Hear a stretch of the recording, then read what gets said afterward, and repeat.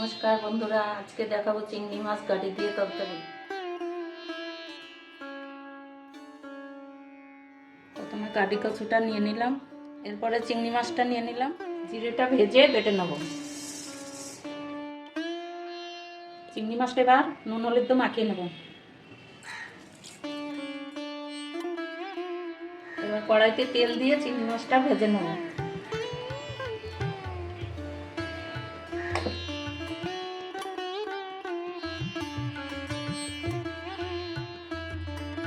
চিংড়ি মাছটা ভাজা হয়ে গেছে, এবার তুলে দেবো। একটু জিরে ফোড়ন দিয়ে দেবো, গাড়ি কচুগুলো দিয়ে দেবো।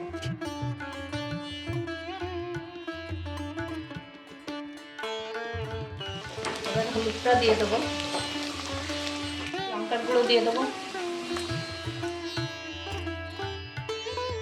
জলটা দিয়ে দেবো।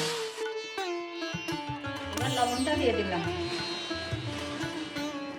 যখন ফুটবে,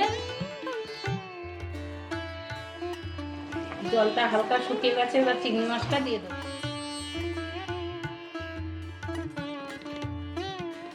এবার জিরে বাটাটা দিয়ে দেবো।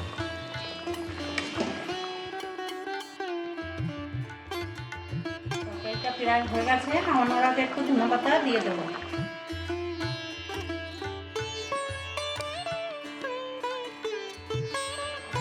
এবার নামিয়ে নেব।